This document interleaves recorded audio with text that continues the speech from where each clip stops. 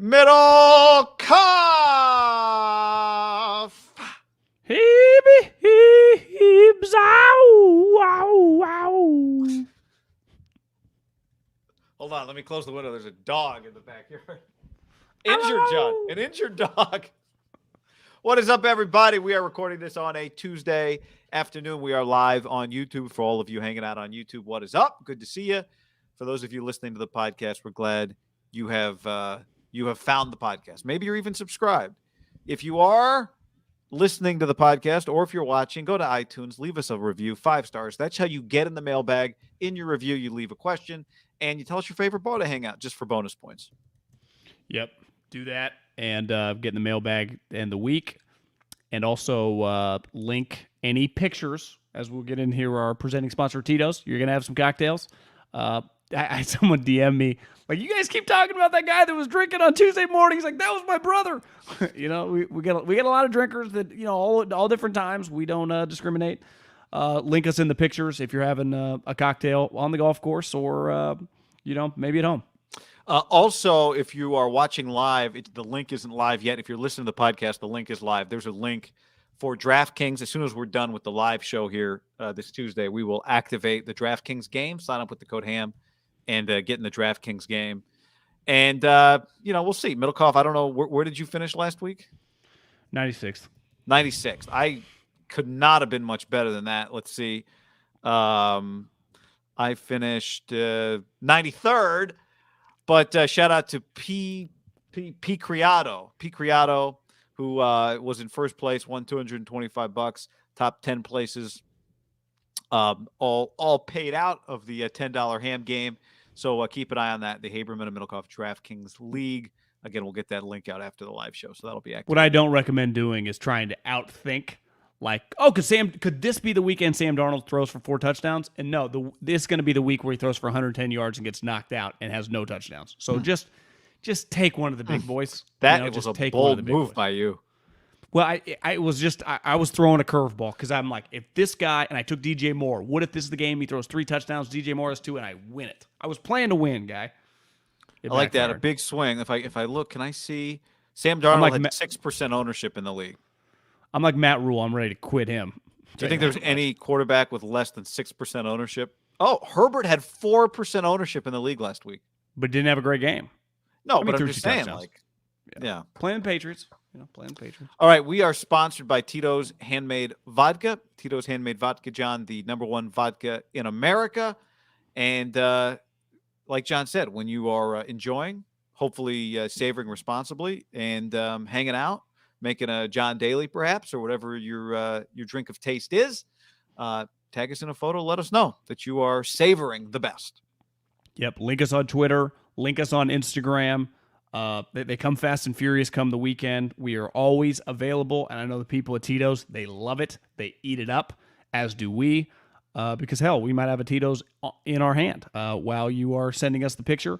So make sure you do that, and make sure you whether it's Vaughn's, whether it's Nugget, Little Davis, California, whether it's Safeway, wherever you live. H-E-B. Bevmo. Across the nation. Yeah. You remember Long's Drugs? You remember Long's Drugs back in the day? Yep. I don't think they exist anymore, but if they did, CVS, wherever you are, swing by, grab a nice little bottle of Tito's. The price point is just hard to beat, especially when you factor in it's the #1 vodka in America. It tastes great, and the price point is fantastic, and you'll thank us later. Yep. 6 times distilled in copper pots, not columns. Distilled and bottled in Austin, Texas. 40% alcohol by volume, namely 80 proof, crafted to be savored responsibly. Podcast also brought to you by mybookie.ag, promo code HAM the #1, where they will double that first deposit up to $1,000. If you accept the bonus, you have to bet the full amount before you can withdraw funds. You can also decline the bonus. Either way, Ham won. Let them know we sent you. And we've got some decisions to make because we've won 6 in a row now on the Ham Lock of the Week, John. Lock of the Week's won 6 in a row. Well, and we hit a parlay. I mean, we got $3,400 in the right now. A 14 parlay. We did also hit the 14 parlay, yes. I'm ready to make a bet right now, guy. I have 2 things I want to say. 1, I think we should place a $500 bet, get aggressive. And 2, I think we should take the Chargers. -1 at Philadelphia. This line, I think a couple weeks ago, would have been like, I don't know, 6-7 points. and they're playing the Eagles. The Eagles coming off a historic win for them point-wise, but their quarterback threw for 100 yards. He did not throw a touchdown. I'll take Justin Herbert even if it's on the road early. I don't care. Like, I will take Justin Herbert. Keenan Allen's playing. Bosa's playing. Derwin James is playing. -1? That feels like it's stealing, guy. Makes no sense. I keep waiting to find out there's some injury I don't know about. Well, it's a long travel. The Eagles played well. So, John, if we're going to take them -1 at -110, I just hate the juice. Yeah, never mind. I was thinking, what could we get? You can't win by half point, so you might as well just take the -1, right? Yeah, I was hoping we'd actually go the other way, that we'd get more money if we took a money line. You should, but no, because they're the favorite. I know, but if it's the same, I feel like I'm going out on a bigger limb, even though I'm not. So I guess you account for the tie. That feels like -15 as a difference for the tie doesn't, seems like a little much, but. Yeah, I'm going to lock that in. I don't love deviating from our plan that has worked and has allowed us to stack up bills because we give a lot of it back with one whiff. But I'll support it. I think anytime that you have success, you keep. I've always been taught, just different people in different industries, you go pedal to the metal. When the money's flowing, that's when you double down. And I just think we just stay aggressive. Now, if we lose, this one's on me. Yeah, I mean, again, I support it. I'm down to do it. I agree with even the pedal to the metal, press your advantage. All of that stuff makes sense to me. I'm also very aware that when it comes to gambling, winning 6 in a row, like the odds, just are not in your favor. But the last 6 weeks had nothing to do with, this week. Again, I think it's a little nuts, but if it works, it works. I believe in the line. This is fake money, though. I mean, it's real money. No. If we wanted to cash out, it's not. It's real. Yes.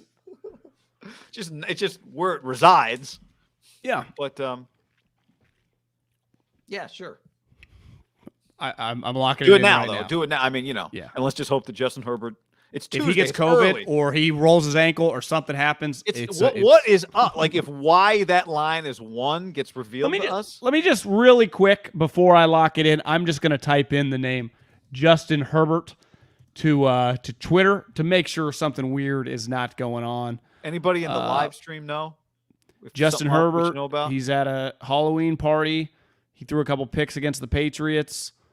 Hair looks fantastic. He looks, Justin. This is a good tweet. Justin Herbert's top target today, number 21 on the Patriots. That's just the picture. That's the tweet. So yeah, he's coming off a rough game. I'm not selling stock, guy. When things go in the red on the stock market, that's when I buy. Why would you sell stock in Justin Herbert after a game? I do, but he's played a couple bad games now. I feel like people are off the scent a little. Yeah. Don't you? Whatever. I'm with you. I did get somebody did text DM me about it, but I could not care less, John. Although it did occur to me watching Monday Night Football, the people who had Mitchell Trubisky ahead of Patrick Mahomes on their draft boards maybe are going like, maybe there's still time for this thing to play itself out. I think the Chiefs are glad he's on their team. Leads the league in picks, John. Leads the league in picks. That's true. But in any event, all right. So are we locking that in right now? That is our lock. Trying to make it 7 in a row. I just confirmed it. Ham going for 7 in a row this week. Everybody, stay tuned. All right, I'll admit to being in a weird mood right now. We just watched the TMZ.com Henry Ruggs crash video. It's devastating. A car up in flames. A person died. 3:39 a.m., whatever it was in Vegas. Car crash. And Ruggs was driving the vehicle that hit a RAV4, and the driver of that vehicle died.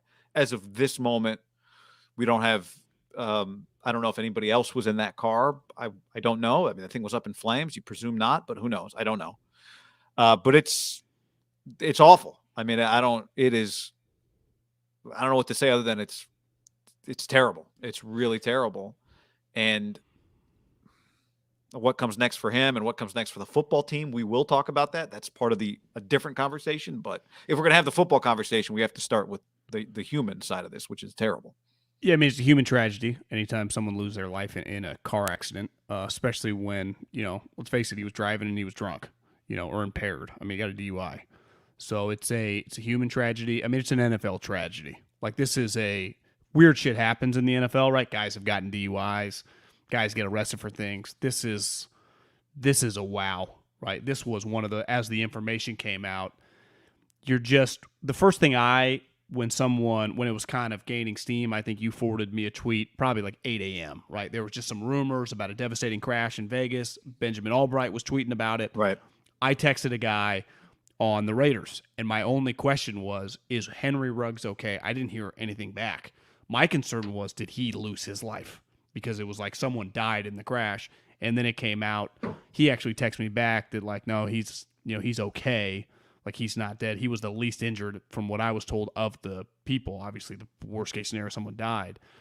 But then when he was driving, the information comes out that he gets a DUI. Like, it's a holy shit NFL moment. I mean, I think in the world we live in the umbrella that is, whatever the league is, when something like this happens, and I think you factor in, we'll get into the football standpoint, but just such a young player, such a bright future, and it feels like it's all over in the blink of an eye. Like, it just feels like the guy's career's over. Someone's died. You start jail time. It's beyond awful. It's one of those things that, like, again, I mean, I look at this from an NFL perspective, following this team, and it just hurts your heart, the whole thing. Like, ultimately Gruden, it was like, what? I didn't give a fuck. I mean, it was a crazy story. We talked about it, but it's like, I didn't spend that much time. Like, Gruden lost his job. Like, this is one of those where you just feels like the entire day from once I kind of found out what happened is just kind of weighed on you, like, Jesus. Absolutely. It's, we'll talk about other stuff. And as I said, we will talk about just the football aspect of this, because that's a real part of it too. But there's the devastating part of this is there was a person who has people who, other people's lives got ruined today, in addition potentially to Henry's, but in addition to the person that died, right? That person had people around them, and a person's life cut short, and it's devastating for anybody else involved in the situation. Well, just the visuals of the crash, right? I mean, it looked like it looked like a bomb went off with the car. You just hope, who knows, I don't even want to speculate. The guy get out of the car. Did he die in the car? I mean, it was. I think they said the responding crew on site checked the vehicle, and the person was dead in the vehicle. Yeah. I mean, it's just Jesus Christ. I know. It's his life. It's other people's lives, but particularly that person first and foremost. I think it's obvious, but if you're about to have a football conversation, that needs to be first established. And then, I saw Vic Tafur wrote in The Athletic that in the state of Nevada, a DUI that results in a death, which obviously is what this is when he gets charged with DUI, is what's called a Category B felony. And, you can I found easily the bullet points that go with a Category B felony, and that's 2 to 20 years in prison and some other things. But that's the most significant part of it. And, that's the Henry Ruggs thing. I mean, from a Henry Ruggs, that's a whole other tragedy. I mean, I know my text messages are full. I think the first reaction you have is like, this guy's going to go away. I know someone who I don't necessarily know him, but my brother does. The family had someone in a situation in a DUI manslaughter, and this guy had, he was very wealthy to, fight a case that you're guilty of the case, but you know what I mean, like to, try to limit the amount of time you're going to spend. And he served several years, and this is in California. I think he's still in jail now. I think he served like 5 or 6 years, killed someone. And It's one of those, like, it's just one of those situations. Obviously, not in a million years would any human want to, this is just the moment this kid's life, whose future looked like. I mean, you and I had been kind of on the scent of just like, this guy could be really good last year, and then it was like coming into his own, and now it feels like career over like that. Like, his career's over. But not even just football feels, trivial talking about the guy's life, but it also feels like his life gets derailed, right? It's just, I it mean, ends it. we'll see, right? You still have to get charged with DUI and be guilty of DUI, right? There's still things that have to play themselves out. But yeah, if you're thinking about the worst case scenarios, Potential reckless driving, right? Who knows how fast he was going? What was, there are the other thing in Vegas. I don't know what road that, I don't know if this, I don't think it was on the Strip, but the amount of cameras now all over, a lot of these major cities, right? It's just they're going to be potentially, satellite. Who knows, right? That could change it. So it's just awful. Dante Stallworth comes to mind. 2009. That was like 7:30 a.m. He had been drinking the night before. He hit a pedestrian. And I don't remember. I could be wrong about this. I think part of that story was the pedestrian was not in the crosswalk. They were, like crossing in an area where. I thought he was crossing a freeway or like an interstate. The pedestrian. I don't think it was a freeway, but there This was feels some a other little- element this feels in that. different. He was 0.12 was his blood alcohol level, so he was technically over the legal limit. Yeah. He did 30 days with some other elements of charity involved, right? He did end up playing in the NFL again. But again, his thing was he was not, coming. The story I think was he had been drinking the night before, and maybe that's why his blood alcohol was slightly over the legal limit. But I don't know. It's that's the first thing you think of, because that's the other NFL incident that has. It feels like this guy's going away, guy. I mean, it just feels like Henry Ruggs is going to jail. I mean, that's what it feels like. Henry Ruggs is going to jail. Now, that is a year, what it feels 5 like. years, who knows? Now, there's been a lot like career over, who the fuck knows? But it feels like Henry Ruggs will be behind jail, and 30 days do not feel like that's the case on this one, right? Now, like you said, we'll see what comes out, but you get a DUI, you kill someone in their car, especially if he's at a stoplight, like it's a little different than Dante Stallworth. Also, it's 2021 is a little different time than 2009. Now, I know laws and states change, but I think Henry Ruggs is in fucking deep shit. I don't think there's any. I mean, yeah, that's what it feels like to everybody right now. I'm just saying before we'll see what happens. But yes, it's part of. I think a lot of conversations will come out of it, right? And I don't know if it's fair or not. The conversation about having a football team in Las Vegas, but this could happen anywhere. I think it's 100% the thing that I thought of, right? Yeah. It's their first major incident, in the city. Now, I think when we always talked about having a team in Las Vegas, it's like, oh, are they coming from the club and XYZ? I don't know. He was at a golf thing, at a Top Golf. But who knows? Top Golf is the best one. It's sweet. Yeah. So that's going to be part of the conversation, Well, I saw people were tweeting at me like, don't the Raiders have people that can take care of younger players? Like, this is the big leagues. Like, you get to do your own thing. Like, you can do whatever you want at night. Like, people don't fucking hold your hand, Right. Eventually, you got to make people a decision. Have told, like, if you're in the NFL, you've been told several times, get a driver, don't drive yourself, keep yourself out of these situations, right? That's been told many times to every player. Here's the number you call if you need a ride. That's simple. And to me, whether you're a star NFL player or to me or you, like in society in 2021, there's just, you can get an Uber wherever you're at. I mean, it's just that simple, right? Yeah, I'm just saying the difference is in the NFL, they have told you, here is a hotline. You don't even need to call an Uber. Here's how you get or you have the money, hire somebody to drive you around. Right? Yeah, your job tells you that. That's probably a major difference in the, like, you're a professional athlete. You hear your boss at the local, like, insurance company isn't telling you that every day, right? It may never come up ever, right? Right. It's hammered home. Like, let's make smart decisions before we're impaired, right? You're impaired. It's already too late. You might already in that moment go, I don't need an Uber. I'll drive myself. But make the decision beforehand.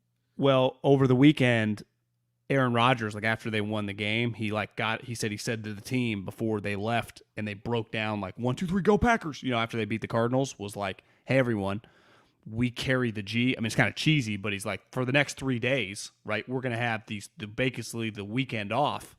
Like, you're a Packer everywhere you go. You don't just get to, like, go fuck around now and, like, you get in trouble.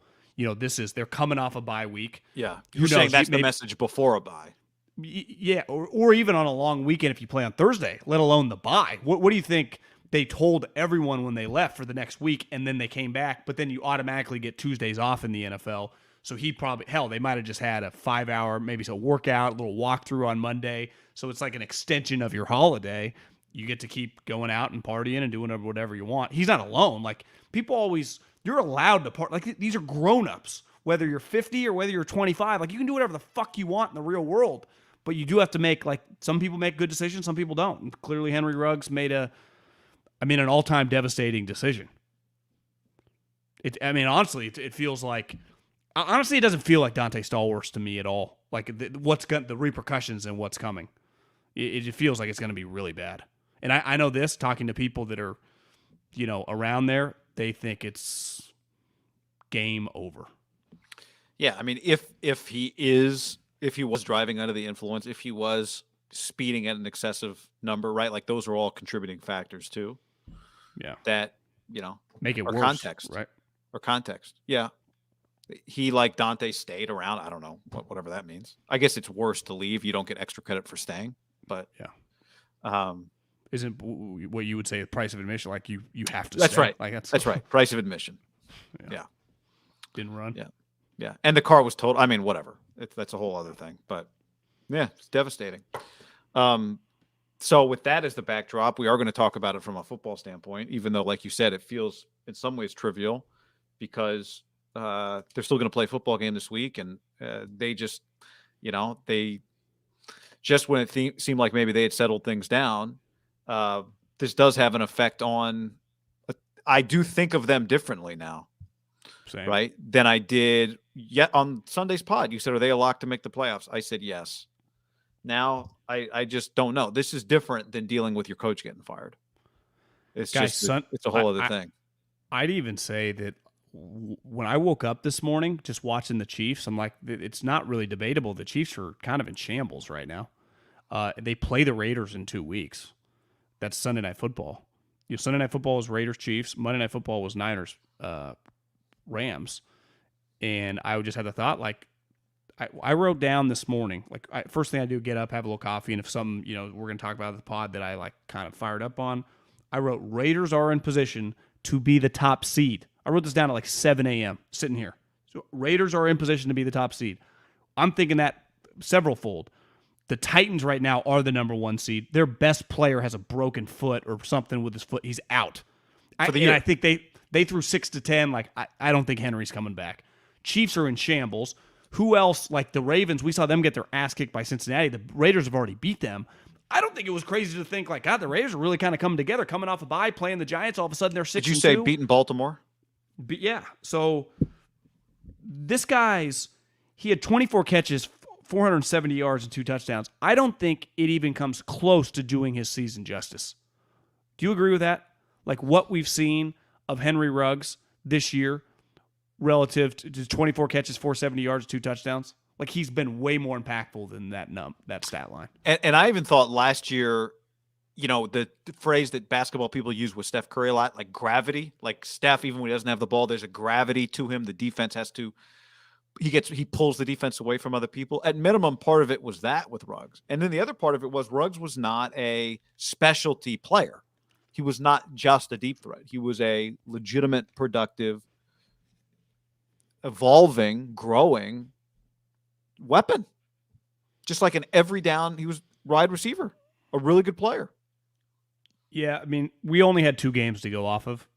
So it's, you could, I think we all did. I know I'm guilty of making like grand statements and conclusions about losing Gruden, right? Like, they're losing Gruden, not even that big of a deal. Frees up Derrick. Offense is better. But we were going to have to judge it on the whole season. Who knows? It was 2 games. But I wrote down before we jumped on, like, I do think this is a dramatically bigger blow. Even if it was going to prove out to be time, like Rich wasn't some super dynamic guy, this is a bigger blow than losing Gruden. Because offensively, Olsen and Carr could run the offense. Like, Derrick knows Gruden's offense intimately and is smart enough from a football standpoint to check stuff at the line. Like, they could have functioned just fine. And Gruden has nothing to do with the improved defense, right? Like, Gus Bradley, as we've seen, Gruden is a 0 on defense, right? It just all depends on who their coordinator is. But this guy specifically won't impact the Chiefs. Think about that. I mean, some things when I think about last year, one of his coming out parties, right, was like, oh, okay, this guy's he had a deep bomb against the Chiefs. And you watch him last night, the Chiefs aren't covering anybody. Their wide receivers or corners are terrible. And it's just like, at worst, the legal thing will have to play itself out. Like, Ruggs' season is over. And you said that you read he hurt his wrists or what the injuries are. Yeah. But it's like, he's out for, like, you just lost Henry Ruggs. Like, for a fact, this season, it's done. So that's when they lost Gruden, I thought we picked him as our lock of the week that week because I thought that's the kind of thing sometimes that can rally a team. Who was that against? Denver? Yeah, it was. They beat the shit out of him.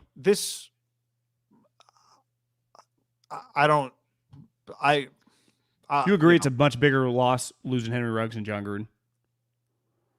Yeah.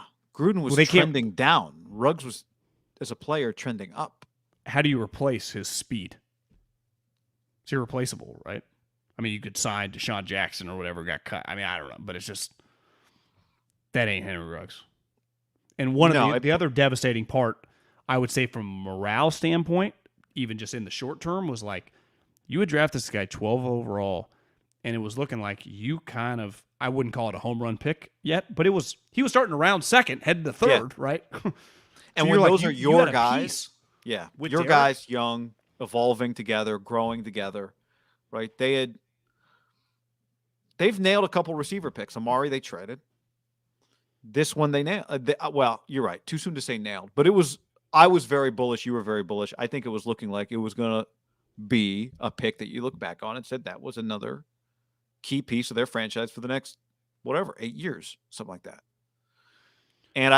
But to me, the emotional thing that they have to deal with now is just as much a part of the X and O part of this. They've dealt with a lot, Derrick, and the leadership, and we've talked about this before, right? That their leaders like Max Crosby and Darren Waller have real life experiences, alcohol, overcoming alcoholism and drug use and that sort of thing. Like these guys, right? This is not just leadership like, oh, I was once the second stringer and I overcame that. Like this is real life leadership that Max Crosby and Darren Waller or their leadership comes from real life, like real life experiences. But still, this is, I don't know. This is really tough. This rattles me, and I don't know the guy, and I'm not part of the team. Like, so it has to really, I would think, rattle them, and it's. I think that, and from a football standpoint, is that because I'm with you. Like they are equipped, Derrick. Like these guys have seen a shitload. You get to a point of diminishing, like you can't, like this is not something. To me, this is in a different world even than Gruden. And Gruden was crazy. I mean, Gruden was crazy. This is in its whole other category. Because you also remove a guy on an offense that was, to me, what made their offense pretty special is that they had the perfect balance, right? It's like part of having Tyreek Hill is then you can't have another Tyreek Hill. Like you got to have Kelsey, right? They had Henry Ruggs to go deep. They had Hunter Renfrow to work the middle of the field against slot receivers. They had Waller, who was kind of this unique chess piece who could also work short, but he had the speed to kind of work the middle of the field deeper down the field.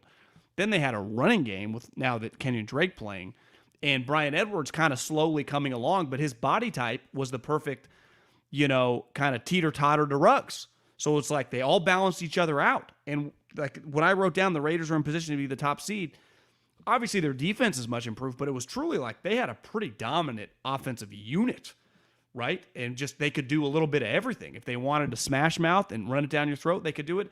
If Derrick wanted to throw bombs to his tight end or his wide receiver, they could do it.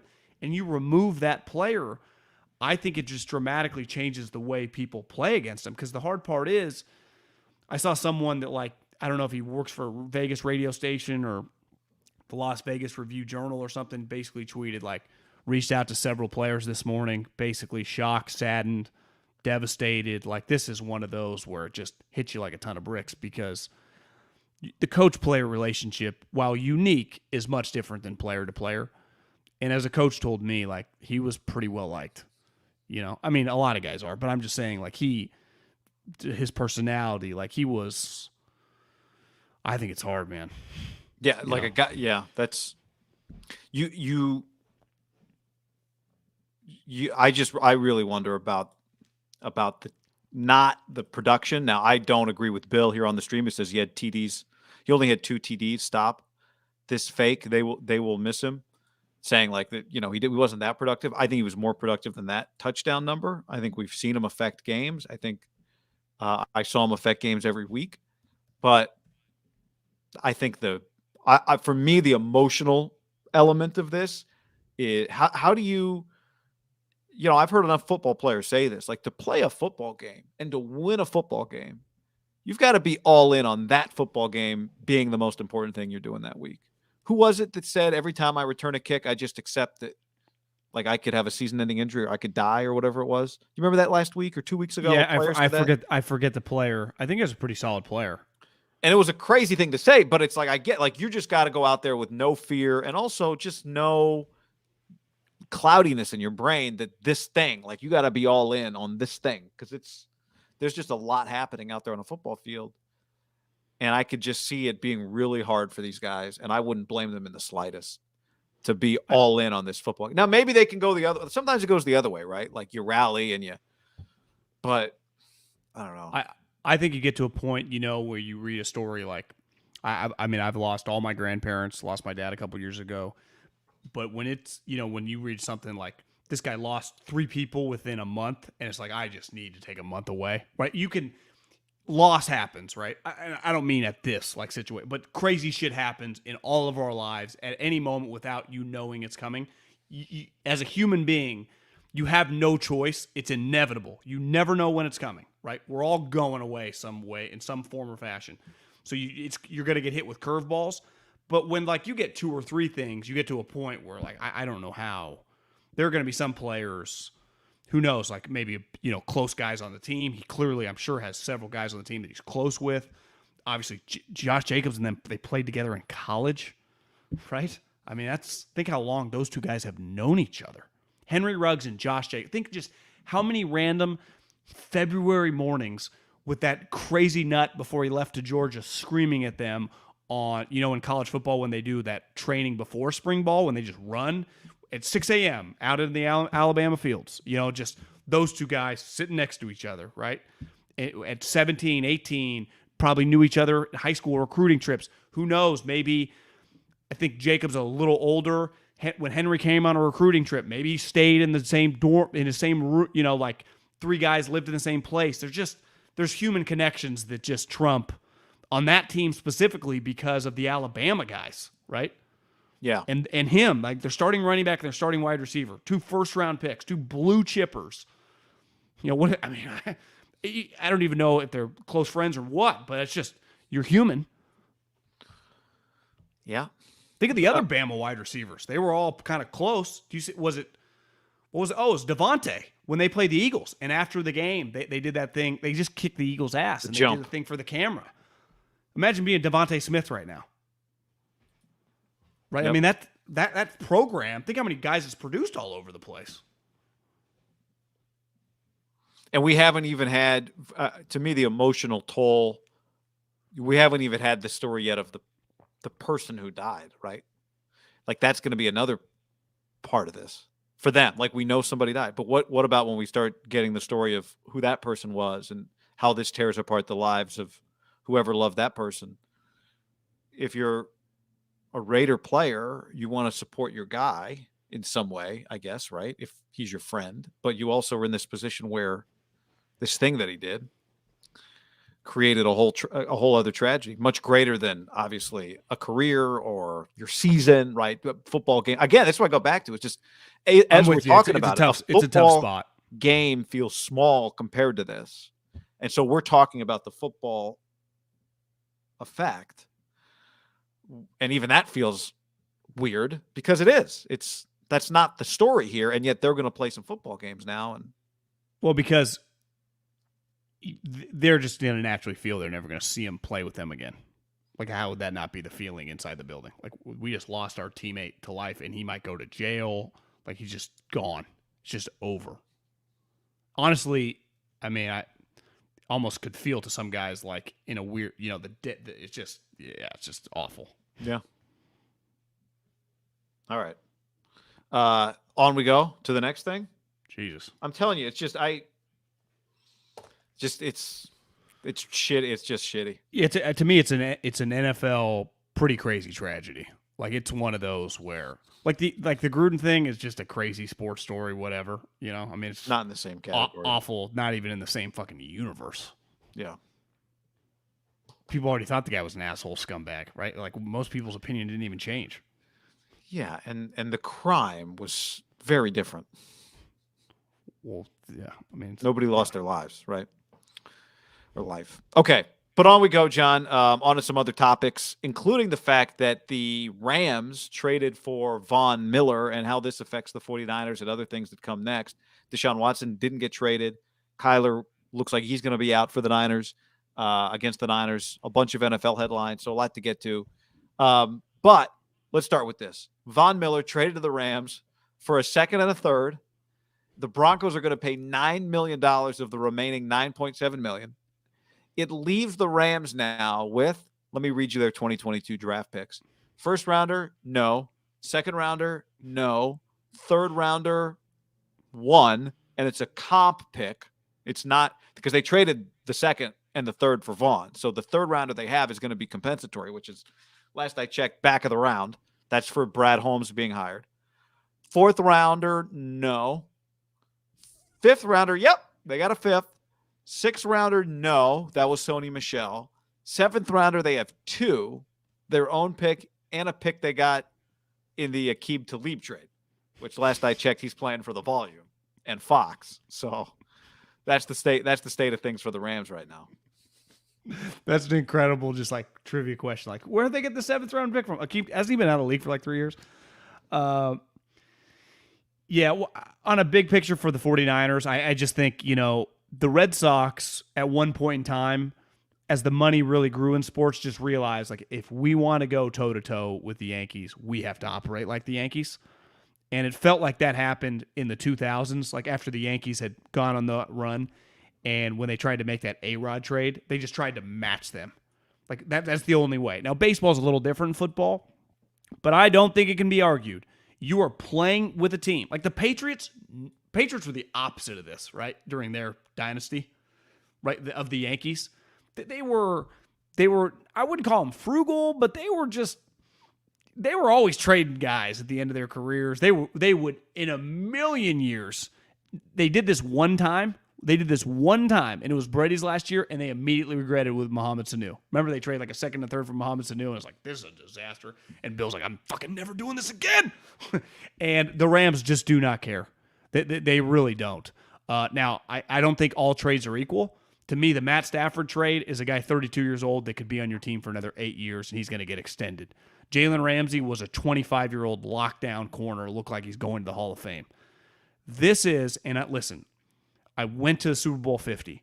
I put, I think, $1,500 on 2 separate bets, like $750 and another $500 bet, and I won like $3,000 on that Super Bowl, and it was awesome. And this guy was a Super Bowl MVP. And back when, you used to get Sundays off, this guy right here was going to watch shitty Raider games and I went to those Bronco games with Peyton Manning and that team, and they used to beat the shit out of him. And this guy, and yesterday watching him kind of get teary-eyed on his way out, like with like the local reporter interviewing him, I think the thing any fan will tell you, all they truly want about they want their best players to be great players. But I think if you truly give a shit and it feels like you're all in on the city, it's like, this guy's one of ours. Like how Clay and Steph and Draymond have felt. Brandon Crawford's always felt like that. I think Joe Staley always felt like that. And then you play really hard, they can't ask you for anything more, right? If you're a great player and you just have 2 things. You feel like you care about the city/team, and you just, every game you play hard. And Von Miller made he used to beat the shit out of the Raiders. It did not feel like, he's just kind of going through the motions. And clearly he was doing that in all their games. But that's not the guy anymore. Remember, he had a devastating injury last year. I think in training camp, missed the entire season. I didn't realize this till seeing the things get like tweeted out yesterday. He doesn't even know if he's healthy enough to play this week. Second and a third, like I admire their mindset, and what they did for Matt Stafford clearly is Could that go down as the best trade in the history of the franchise? Really? I mean, when you think about it, Jared Goff has not won a game without Sean McVay in his career.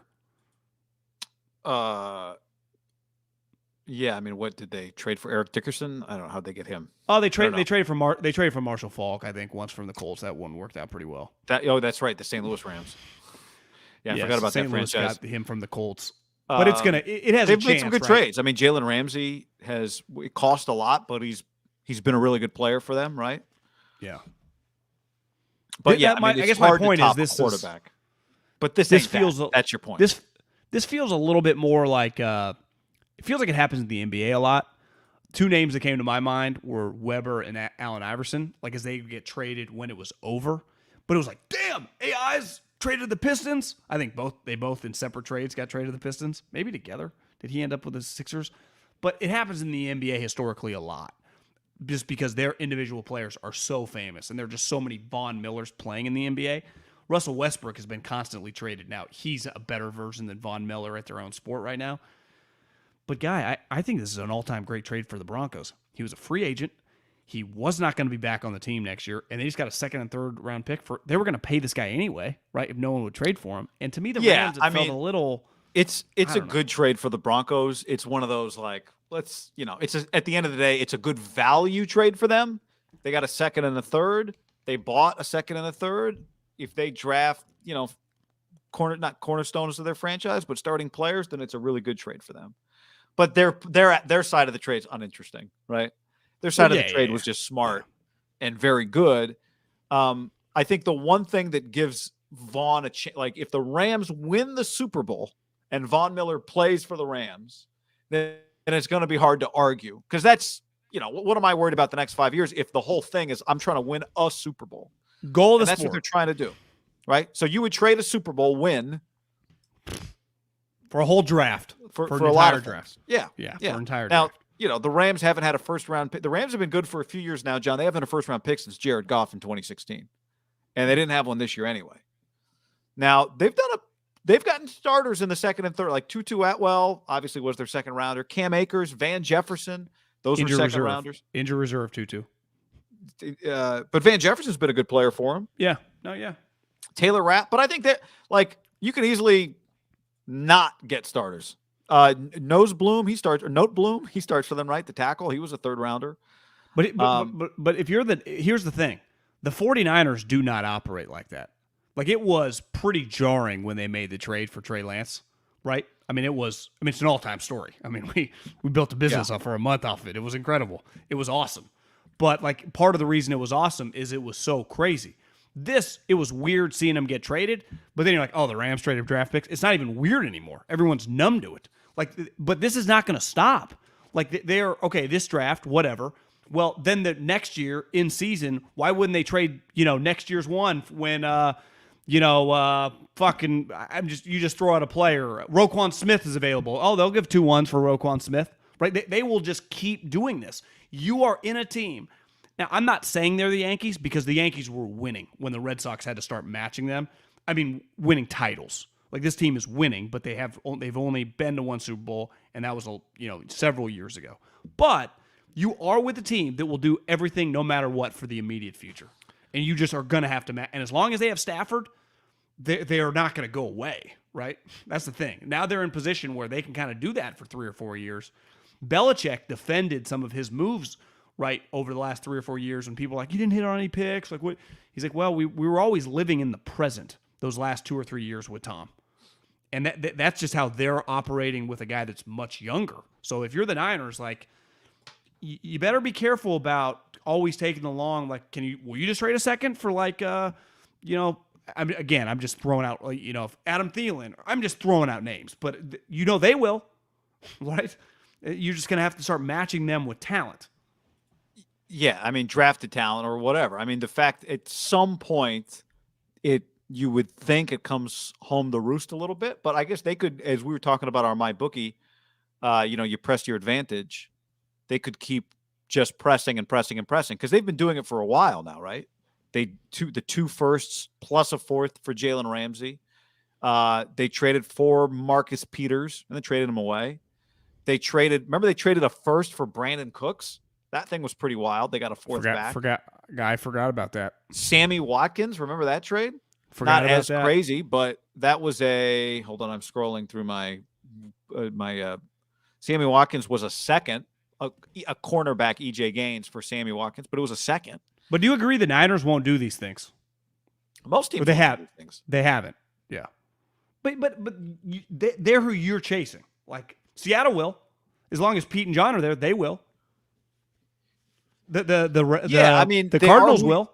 They are who you're chasing, but I don't think it's definitely, this is not the only way to do it. You don't have to do it this way in order to be as good as the Rams. Right? Just draft Aaron Banks and all the other guys and inactivate them. Well, I mean, it's just you know, if you got a few good players and you're like the Rams, this is one way to do it. I'm pro drafting and developing, but the Niners their drafting is fucking a little weird right now, right? Yeah, I just to me, it's not that you have to do it this way. To me, the lesson is just the pressure is gonna be on you every year. There's never gonna be 3 years. I said free, FREE, right? As good as the Patriots were, they could have won a lot of divisions, but they had a lot of years where their division just wasn't any good. They got lucky that way for sure. But that's okay. That's that you don't apologize for that. I'm just saying between Seattle, who kind of operates this way too, right? But the Patriots were really, like, after a while, they weren't focused on Miami, the Jets, or the Bills. Weren't they more locked into, like, the Colts, the Steelers, when the Chiefs came, the Ravens? Like, they viewed it like the AFC, right? More than, like, their equals or people chasing them. Right? Absolutely. But but part of the reason they could do it part of the reason they could view it that way is because they had 6 games in their division that you figure every year, like, at worst, we're going 4-2. And it felt like they were going 5-1, 6-0 a lot. Yeah, it's stressful. There's a reason. I mean, the Niners wanted Stafford, right? So now he's in their division, and Kyler's in their division, and Russell's in their division for now. But Seattle kind of operates this way. We'll see. Arizona has traded for Chandler Jones before. Now the Niners traded for Trent Williams. How about their wide receiver? They traded for 2 of them, and then they just kind of chase those guys. Even Hopkins was a trade, but A.J. Green a signing, J.J. Watt a signing. They just go after that type of player. That's my point, that Steve Keim is very aggressive, and he has been his whole time. Because think of the coach that he hired, right? Bruce Arians and now Cliff. Like, he wants to be a riverboat camp. I think Steve Keim's good. Schneider and Pete are well established. Like, the 3 teams in their division. Now, Schneider and Pete could change. I don't think Schneider necessarily will, but if Pete changes, I actually think Schneider is really aggressive too, right? I mean, it's hard to tell, because I think he trades down. Who knows? We'll find out more if Pete ever leaves. But we know for a fact Keim and Les/McVay, or they don't give a shit, right? If they can get, like, I just think the Niners, and listen, Parag's really smart. John Lynch is really smart. Kyle is just a coach. But, and I mean, smart coach, but he's a coach. Coaches think a little differently than those guys. They're a little bit more like cost-benefit analysis. Like you're going to Wharton School of Business getting the breakdown on the whiteboard. Like, I don't know if there's that much fucking whiteboard breakdown going on with the Rams. Right? No, it does not feel that way. And because there wasn't. Well, there might be. It might be a result of them having done it and having a different philosophy. Like, your hit rate in the draft is just not high enough to justify not acquiring established players. Why I just think it gets where you don't have to do as much cost-benefit analysis when you have had a lot of success doing something a specific way. Like, why do you guys do a podcast? Well, because we're having a lot of success doing it, right? We didn't need to pivot and change and beg to go back to radio or do something else, right? Once you start doing something and it works, you just do it, right? It's just a lot of people start podcasts and then quit them. We just keep on going. Like, they just keep on going. I'm not comparing us to the Rams, but Tito's no big deal. Number 1 podcast in America. Yeah, I think it's as simple as they're going to put the pressure on you, and that means that your mistakes, when you make mistakes, it's harder. It's harder to overcome mistakes when your whole division is constantly pressing. Now, the beauty of it is there's a wild card, right? There are wild cards. You don't have to win your division. 3 wild cards, actually. Kind of crazy. So you don't have to win your division, but partly you have to win games, and you play these teams 6 times. Well, when they had and their you've most had success, an advantage again, like you have beaten them. That's the other thing. When they had their most success as a franchise, one of the most successful runs in sports history from 1981 till about 1999, up until Eddie got popped. That was their ethos. They were that team. They were that guy. Jerry copied the Niners, right? I mean, they operated like the Lakers. They operated like the Yankees. And now, like, that's the Rams in this division. And that's been Seattle. Now, you're right. The Rams did some weird, they didn't hit on them all. Seattle feels like missed on more of them. And the Cardinals, there just haven't been as many for them, but they've fucking been pretty nails on Hopkins and Chandler Jones, right? I mean, the Niners would die to have either one of those guys, especially Chandler. Yeah. But, that's not really been the Niners' MO. It's No. just not. So if you are going to do the draft and develop thing, and they had a bunch of picks last year, it's like they got a DB problem. Well, they drafted 2 DBs. Neither of them can dress. It's like their offensive lines, their guard's kind of questionable. Well, they drafted a guard in the second round. He cannot dress. It's fair to say that this year, that strategy for them, utilizing all those, mid to early round picks past Trey Lance, have been shitty, right? Because we're living in the now. I would say it's even in the now, you are missing an opportunity. Like if you could operate your franchise one of 2 ways, how would you do it? If I said you're going to get to the Super Bowl, you're going to get to the Super Bowl, or you'll be, I shouldn't say you're going to get to the Super Bowl. You're going to be a playoff team. You can choose one of 2 ways to do it. Which way would you do it? Draft and develop your players, or trade your picks all the time and never have a first rounder?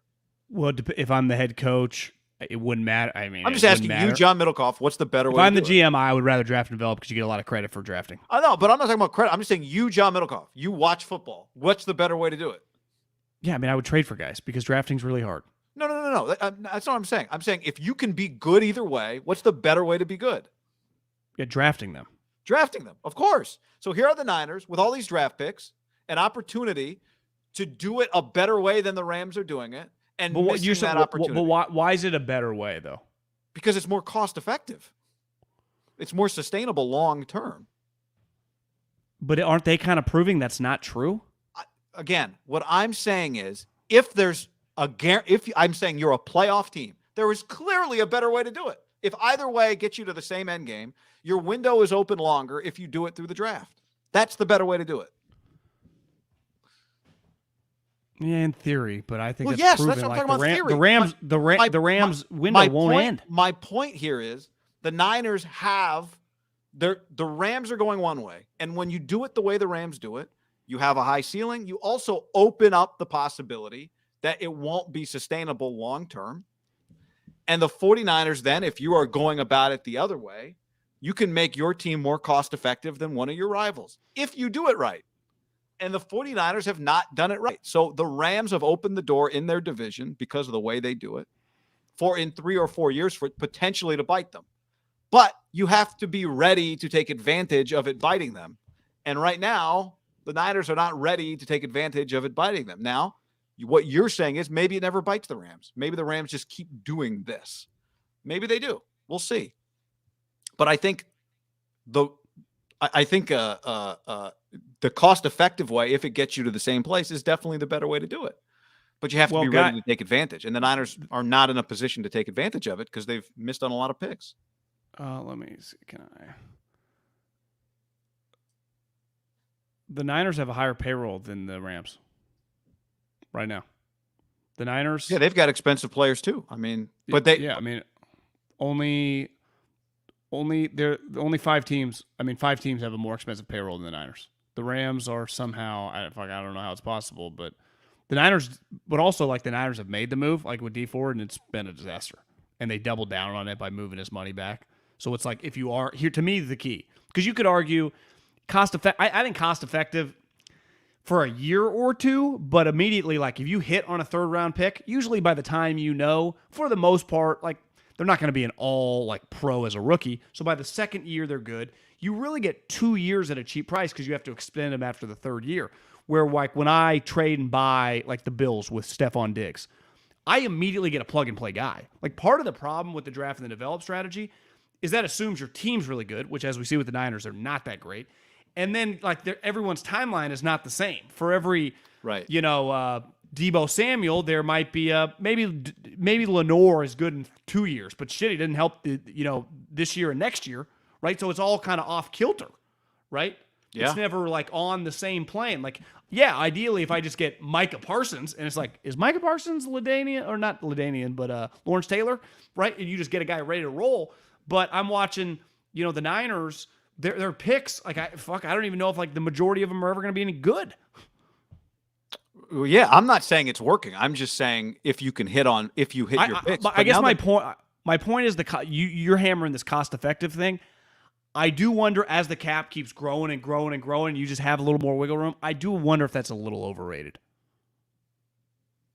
Maybe. I mean, eventually everyone's salary is a percentage of the cap. The more the cap grows, the more people get paid. But you can always amortize stuff and move stuff around. That's the thing. Yeah, I mean, it's just, to me, the more moves you have to make, the more opportunities there are to miss. And so when you have to constantly make moves, you have opportunities to miss. Now, the counter to that is, well, the more rookies you draft, the more chances you have to miss, as opposed to established players.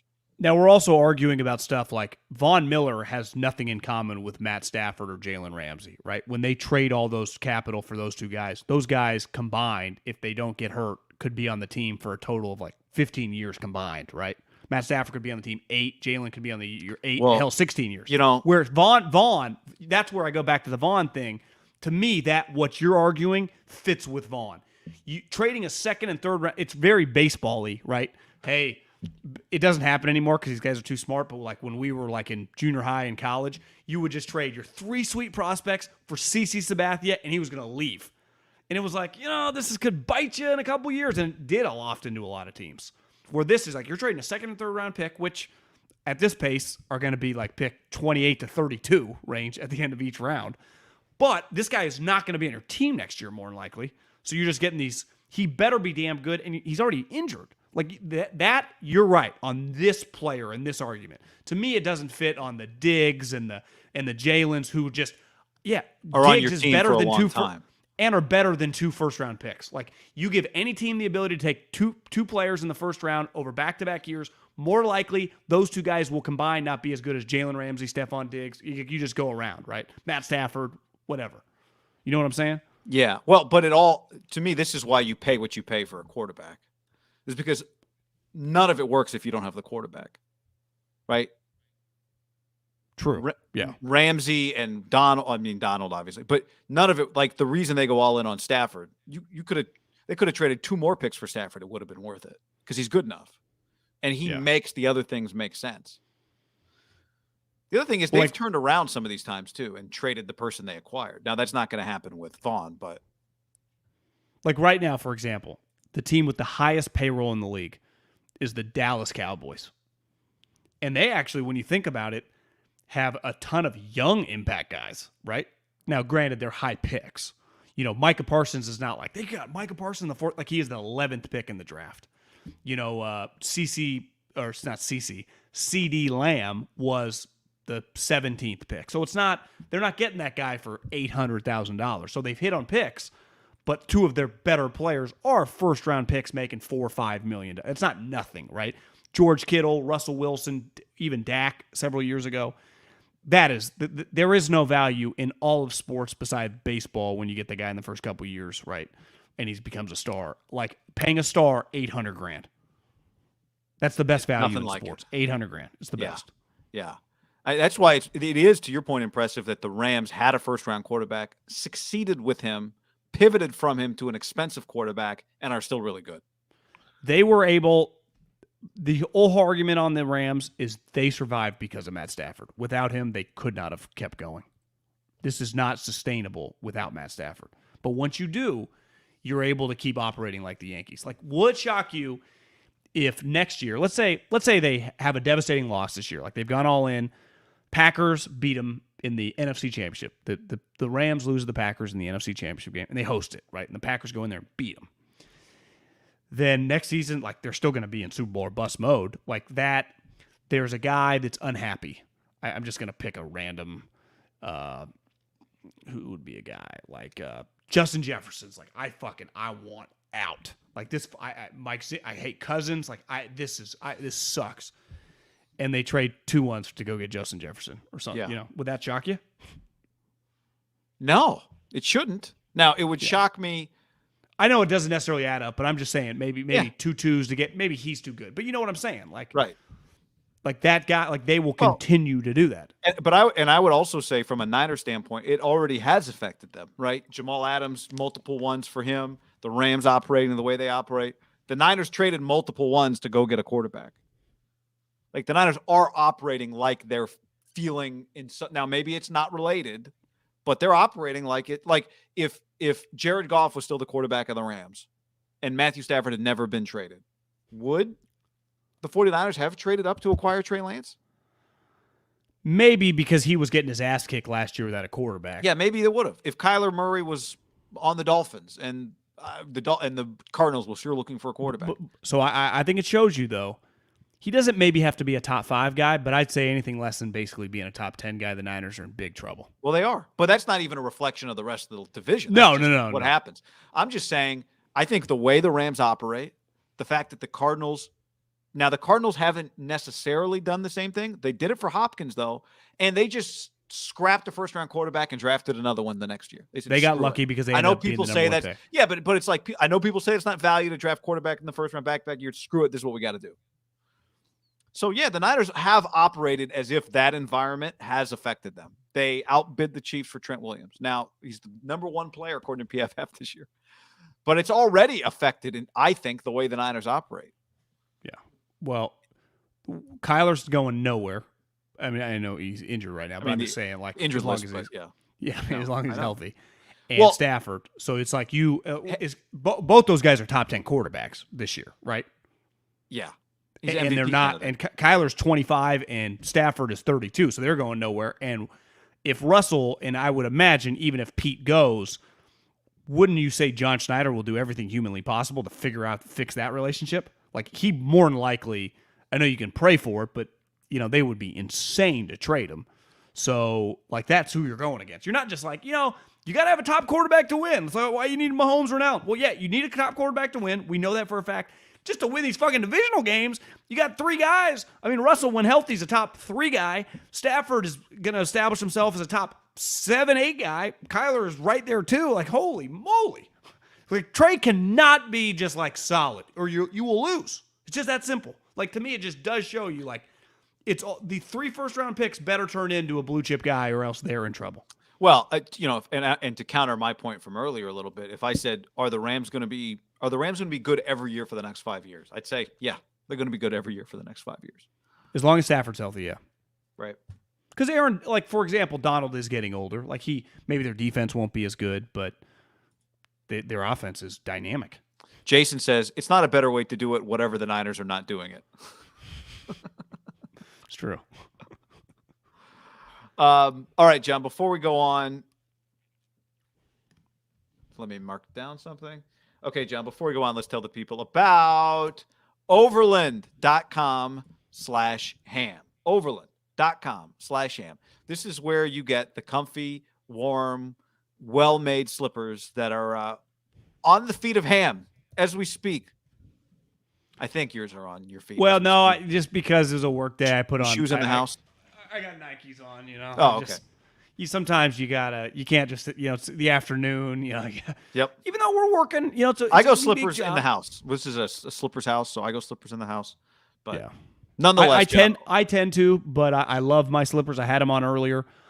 Just wanted to get in the podcast mindset, but I've done several podcasts with the Overland slippers, overland.com/ham. Just go to the website. I can't recommend it enough. I love my slippers. They're mine all right there. I love them. They're awesome. I'm scrolling here. Yeah, right there, right these. there. Yep. You get them in brown? I got them in brown, yeah. Yeah, those are good. Indoor, outdoor. Good sole. Slipper. It feels like the slippers that Tony Soprano always walked to go get his paper with, Overland, John, family-owned American heritage brand. It's put comfort and quality first for nearly 50 years. They also have a bunch of other. You sent me a link to some of their like big old sheepskin leather coats, outerwear, accessories, beautiful belts, gloves, expert craftsmanship to pair the highest quality merino sheepskin, which is naturally moisture wicking, temperature regulating, antimicrobial, with supportive memory foam insoles to make the slippers that feel better and wear better for longer. Don't wait another day. Don't wait another day. Get the best, highest quality sheepskin slippers on the market, overland.com/sham. Also brought to you by, this might be dinner tonight, Puesto. Puesto, John. This is premier. This is elite. This is top of the line. This is Mexican food as good as you can find it in Northern California, in Southern California, at Levi Stadium. Thanks to Eric and Alex Adler, who are putting together incredible menus and wonderful drinks. Guy, do you know that it's Tuesday, we're recording this, that starting this week, that the one in Concord and the one in Santa Clara, if you're listening, if you live in Southern California as well, Taco Tuesday is going down, starting at 3 o'clock every day. Do you know what happens on Taco Tuesday? What? You get half off tacos. So your tacos, $8, $4. I mean, if I went right now, I really haven't eaten anything all day. For that price point, I mean, I could 5 tacos pretty easily. Now they're big, but it's like, how would you not order that? You're like, God, it's such a deal. You know, you're spending $24. You're getting 5 Did you not eat the chips and guac? Did you not eat any taquitos? How are you putting down 5? The tacos are huge. It's just maybe I'll save for the next. It's just, they're fantastic. Taco Tuesday, half off tacos every Tuesday. I love a good Taco Tuesday. We love Tito's Tuesday. Now we got Tacos Tuesday. And if you're going to the Arizona game this week, do you know where Presto is, Guy? I do. Section 110 and Section 129. Yeah, so you're in the stadium. You're at Levi's, the house Jed/Harbaugh built. Check it out, 110, 129. Gideon, he impacted it. He absolutely. Didn't want to have the team out on the field for the first season ticket holder workout, but it was slippery, Guy. It was slippery. We got divots. Like potentially you had sources say you might be playing Olympic Club on Friday. Sources say you might be playing Olympic Club on Friday. Yeah, also, you might have extended an invite. I'll see you there. My favorite, John, is the quesadilla taco, which is the crispy melted cheese, braised short rib, Jalisco salsa, pickled radish, classic guacamole. They make their tortillas in-house daily from scratch. It's delicious. The masa from Macienda, the best you can find on the market.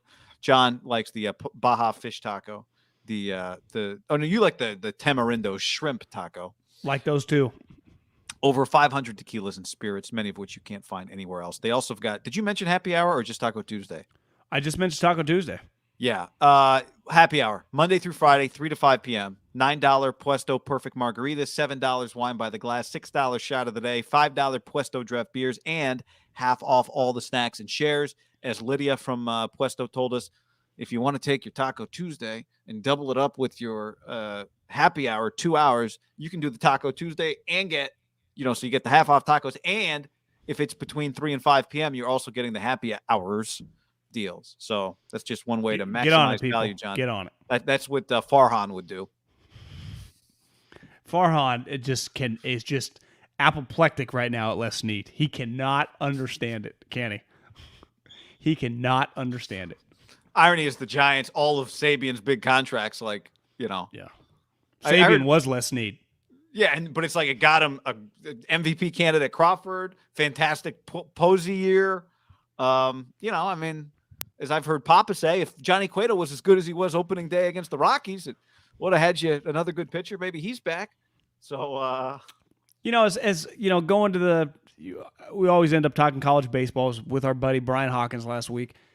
At St. Mary's, they played UCLA, and Crawford was, he's one of those guys already a pro defensively. He couldn't hit. Right. He deserves a lot of credit for, improving as a hitter. No doubt. But who he gives credit to? The Giants? Like the 27 assistant coaches they had. But he could hit before even they showed up. He could, right? But there was a big article in the Athletic with him. all these guys, they lost one of the guys. They're like the Rangers, seventh assistant coach. Hitting coach went to the Rangers. So, well, when you're making 45 and someone offers you 85, you got to jump. You got to jump. No doubt. Absolutely. Anyway, all right. Next up, John, Kyler Murray, ankle, Niners, Cardinals, pick 'em. Cardinals were undefeated until the other day. It's a pick 'em.